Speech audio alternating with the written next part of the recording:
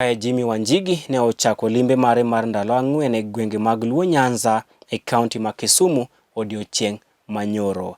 Wanjigi ma bende osenyiso dwaro mare mar dhi laro kom ker e yiero maduong' mabiro kod otiko mar duond od bura mar ODM ne oseyo jood bura kanyakla kod piny owacho kuom midhiero mar medruok e nengo mar mafuta masani koro chando chuny oganda ma pacho kae. Wanjigi ne olero ni jood bura ema ne opuodho chik mane omiyo thuolo duol mar EPRA teko mar medo nengo mar mafuta kaka gihero.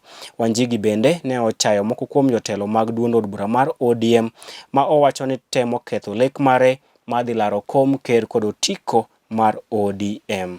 Ne omedo wacho ni en thuolo mar dhi limo gwenge mag Nyanza kendo medo wacho ni odhi luoro piny Kenya mangima ka otego kendo uso duond od bura mar ODM ne jopiny. Jimmy Wanjigi ne oromo kod ODM kata delegates mag ODM mauke counties mag Kisumu, Homa Bay, Migori kod Siaya. I am here for 4 days.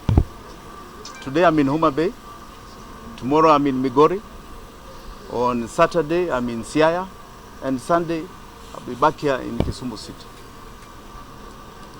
You asked me about party officials. I hope there'll be party officials that are joining. But the delegations I intend to address are primarily ODM members, and I'm sure there'll be some party officials there.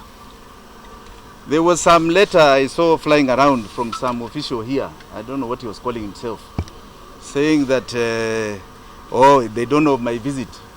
I didn't know. Do I have to ask for an invitation? I don't understand.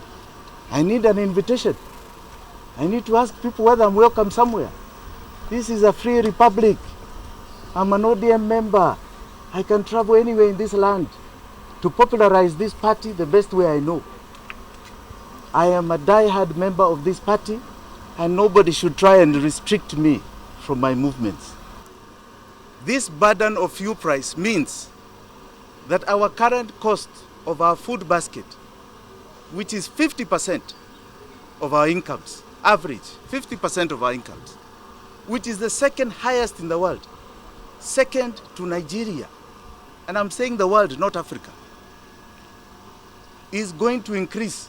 Very soon we'll probably be number one, where our food basket is the highest cost on our income. This is purely unacceptable. The pain they have caused us all is completely unacceptable. And I repeat again, the only solution we have is an economic revolution. And our revolution is very clear. Inafagia wote.